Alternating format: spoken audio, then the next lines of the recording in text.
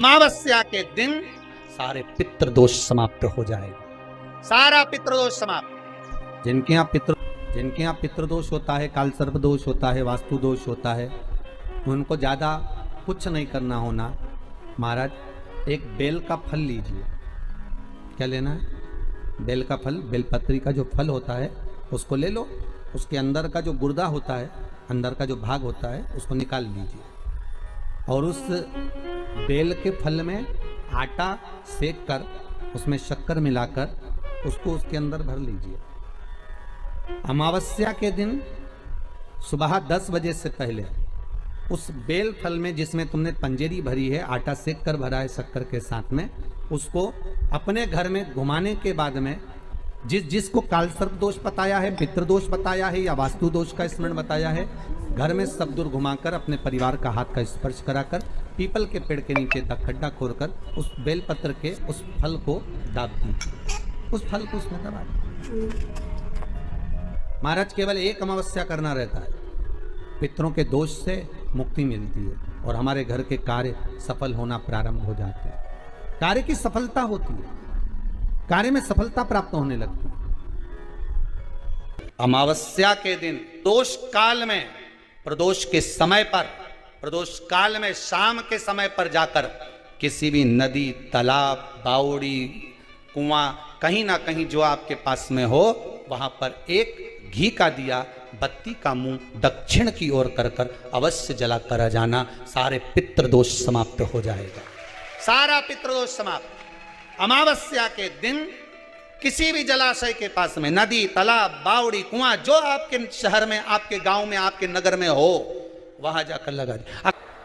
पाप करते हैं जवानी में, झूठ बोलते हैं जवानी में, कपट करते हैं जवानी में, बेईमानी करते हैं जवानी में, और उस पाप को धोने का प्रयास कब करते हैं कि बुढ़ापा आएगा तब तीर्थ जाएंगे, बुढ़ापा आएगा तब भगवान का भजन करेंगे, बुढ़ापा आएगा तब भगवत नाम लेंगे, बुढ़ापा आएगा तब भगवान का स्मरण करेंगे। अब जरा विचार करिए, चाय अभी गिरी और चाय गिरते से ही तुमने धोली तो उसमें दाग नहीं लगेगा, सब्जी गिरते से ही धोली तो सब्जी का दाग नहीं लगेगा। उसी तरह अगर जवानी में हमने पाप किया है तो जवानी में ही भजन कर कर उसको धोते चलो तो श्रेष्ठ है। अमावस्या के दिन पितृ शाम के समय प्रदोष काल में शंकर भगवान का नाम जाप कर कर नदी, तालाब, बावड़ी पर पानी पीने जाते हैं। वहां से जल का आचमन कर कर पितृ अपने लोक को चले जाते हैं प्रदोष काल के समय पर। इसलिए प्रदोष काल में जलाशय के पास में, बावड़ी, कुआं, नदी, तालाब के किनारे पर दिया लगाया जाता है दक्षिण की ओर मुख कर कर बत्ती का, तो पितृ आशीर्वाद देते हुए जाते हैं कि फलो फूलो, आगे बढ़ो, उन्नति करो, तरक्की करो। ये पितरों का आशीर्वाद रहता है, पितरों का वर रहता है। आप देंगे उसको मिलेगा। पितृदोष है ये आपको कैसे मालूम पड़ेगा? पितृ भूखे हैं इसका तो वर्णन हमने पहले कर दिया कि रात्रि को जब आप सोने के बाद में 1-1.5 घंटे बाद अगर आपकी नींद खुल जाए, 1 घंटा 1.5 घंटा आप सो लिए, उसके बाद जो नींद खुली तो 1-1.5 घंटे तक अगर आपको नींद नहीं आ रही है, रात्रि को सोने के बाद में 1 घंटे बाद जब उठे तो आपको प्यास लग गई, भूख लगने लगी, प्यास लगने लगी कि मेरे को पानी पीना पड़ेगा, घबराहट हो रही, पानी पीना पड़ेगा। 1-1.5 घंटे सोने के बाद अचानक नींद खुले और आपको प्यास लगे, समझ लेना आपके पितृ भूखे हैं और प्यासे हैं, भूखे और प्यासे हैं, उनको जल की जरूरत है। किसी भी नदी में, सरोवर में, कुंड में, बावड़ी में, तालाब में, आप तीर्थ में जाकर जब स्नान करते हैं तो स्नान करने के बाद एक काम का नियम बना लो कि अपने हाथ की अंजलि में जल लेकर अपने पूर्वजों को देना है। प्यासे रहते हैं, भाग मांगते हैं, प्राप्त करना। 3 वृक्ष पितरों के तुल्य हैं। पहला पीपल, दूसरा बट वृक्ष, तीसरा बेलपत्र का वृक्ष, ये पितरों के तुल्य हैं। अगर आपको रात्रि में नींद नहीं आ रही है, ऐसा लगता है कि रात्रि को 1 घंटा 1.5 घंटा सोने के बाद कुछ गलत गलत विचार आने लगते हैं, नींद सुबह 3 बजे तक 4 बजे तक नहीं आती, 4 बजे के बाद फिर नींद आती है, तो एक प्रैक्टिकल जरूर कर देखना। एक प्रैक्टिकल करने में क्या जाता है, प्रयास करने में क्या कुछ जाता है क्या? प्रैक्टिकल कर देखना कि कहीं सीओर वाला महाराज झूठ तो नहीं बोल रहा, तो प्रैक्टिकल करने में कुछ नहीं जाए।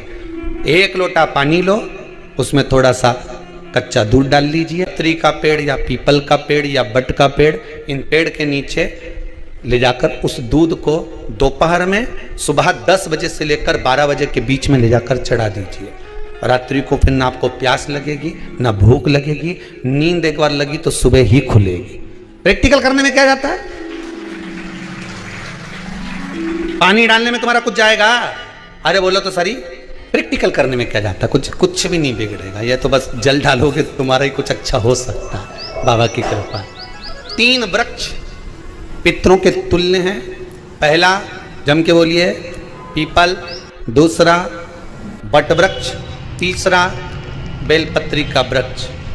3 पीपल के वृक्ष में 52,000 ब्राह्मण एक साथ निवास करते हैं, इसलिए पितृतुल्य है। बट वृक्ष ब्रह्मा जी के मस्तक से बना, इसलिए पितृतुल्य है। और बेलपत्री का वृक्ष माता पार्वती जी के अश्रु से बना।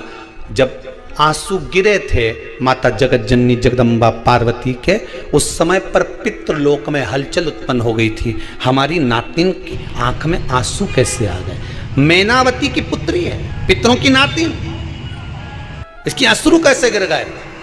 पार्वती जी ने कहा ये आंसू नहीं, मेरा पुण्य भाग प्रकट करती हूं बेलपत्री के रूप में। तो पितरों ने वर दिया था कि ये बेलपत्री का वृक्ष हमारा आशीर्वाद है, इसके नीचे अगर कोई दीप लगाता है, शिव को स्पर्श कर चढ़ाता है, उसके पितरों की शांति होगी। हम स्वयं उसको आशीर्वाद देने के लिए पधारे। तो पितृदोष। दूसरा पितृदोष का लक्षण बताया, घर में कोई शुभ कार्य ना हो, वंश की वृद्धि ना हो, 1 रुपये कमाओ 1.25 रुपये खर्च हो रहे हैं, पैसा 10 जगह से कमाई आ रही है पर घर में टिक नहीं पा रही है, आया गया, पितृदोष है। जरा सी कटोरी पड़ी है उसके पीछे विवाद चालू हो जाए, पानी ढुल गया उसके पीछे विवाद हो जाए, या छोटी छोटी बात में घर में क्लेश मचा हुआ है, पितृदोष है। समझ लो हमारे पूर्वज हमसे खुश नहीं, प्रसन्न नहीं। सारी दुनिया के लोग तुमसे कह रहे हैं तेरे घर में पितृदोष है, 1 रुपये कमाते हो 1.25 रुपये खर्च होता था, मानसिक टेंशन बना रहता है। घर में एक व्यक्ति बीमार है, ठीक हुआ, दूसरा बीमार पड़ गया, दूसरा ठीक हुआ, तीसरा बीमार पड़ गया, तीसरा ठीक हुआ, चौथा बीमार पड़ गया। मतलब कहीं ना कहीं पितृ का भाव, पितृदोष का भय। किसी ने कहा तुमसे कि तेरे यहाँ पितृदोष है, तूने ब्राह्मण को भोजन करा दिया, पिंडदान करा दिया, तर्पण करा दिया, तिलांजलि करा दी, गया जी का श्राद्ध कर दिया, हरिद्वार चली गई वहां पिंडदान करवा दिया, ब्राह्मण भोज करवा दिया, तिथि पर भोजन करवा दिया, सब कुछ करवा के देते। अब एक काम और करके दे, एक काम और करके देख लो। जब तुम घर में भगवान शंकर की आरती, तुम्हारे घर में शंकर जी का शिवलिंग है, भले काय का भी हो, छोटा सा, भले सियोर का कंकर शंकर हो, नर्मदा का कंकर हो, चाहे शंकर पारक के हो, पीतल के हो, स्टील के हो, लकड़ी के हो, जिसके भी हो, लोहे के हो, पाषाण के हो, जिसके भी हो, शंकर का शिवलिंग अगर हमारे घर में है और आप रोज प्रतिदिन भगवान की आरती करते हो, प्रतिदिन, और आपको लग रहा है कि मेरे यहाँ तकलीफ चल रही है, ये ठीक ही नहीं हो रही, लगभग 1.5 महीना आप कम से कम 45 दिन, 1.5 महीने के करीब में ऐसा प्रयास करना कि भगवान की आरती, शिवलिंग, शंकर भगवान के शिवलिंग की आरती करने के बाद उस दिए को भगवान के सामने मत रखो, उस दिए को उठाकर जहां तुम पानी का मटका रखते हो, हंडा रखते हो, जिससे तुम पानी पीते हो, तुम्हारे रसोई घर में जो पानी का मटका, हंडा, बाल्टी, आरओ का पानी जिस मटके में गिरता है, हंडे में गिरता है, जिसको हमारे पितरों का स्थान कहते हैं, उस स्थान पर, उस मटके के पास में, संडे के पास में, उस बाल्टी के पास में, जहां रसोई घर में पानी रखते हो, उस रसोई घर में पानी जहां रखते हो, उसके पास में उस दिए को भगवान के सामने नहीं रखना। आरती उतारने के बाद उस दिए को ले जाके सीधे परिंडे के पास में, उस हंडे के पास में, मटके के पास में उसको रखो। केवल 1.5 महीना कर देखना। 1.5 महीने के बाद तुम्हें मालूम पड़ेगा कि हम वापिस उन्नति की सीढ़ी पर चढ़ना प्रारंभ कर दिए, हमें फल मिलना चाहिए। अब तुम्हें ना कहीं जाना है, ना कहीं आना है, ना कोई खर्चा है। खर्चा है क्या? ईमानदारी से बोलो, कोई तुम्हारा लाखों का रुपया लग गया क्या? रोज आरती करते हो रोज आरती। बस आरती का नियम बना लो कि हमको पितृदोष किसी ने बोला है, हमारे घर में अशांति है, पितृदोष है, कोई कह रहा है कि तुम्हारे घर में पितृदोष है, हमने सब कुछ करके देख लिया, अब हमें यह करना है कि महादेव की आरती जब होती है तो उसकी ज्योत का दर्शन करने पर 1000 कपिला गाय के दान का पुण्य मिलता है। तो ये पुण्य हम हमारे पितरों को देते हैं जिससे उनकी मुक्ति हो जाए और हमें आशीर्वाद प्राप्त हो।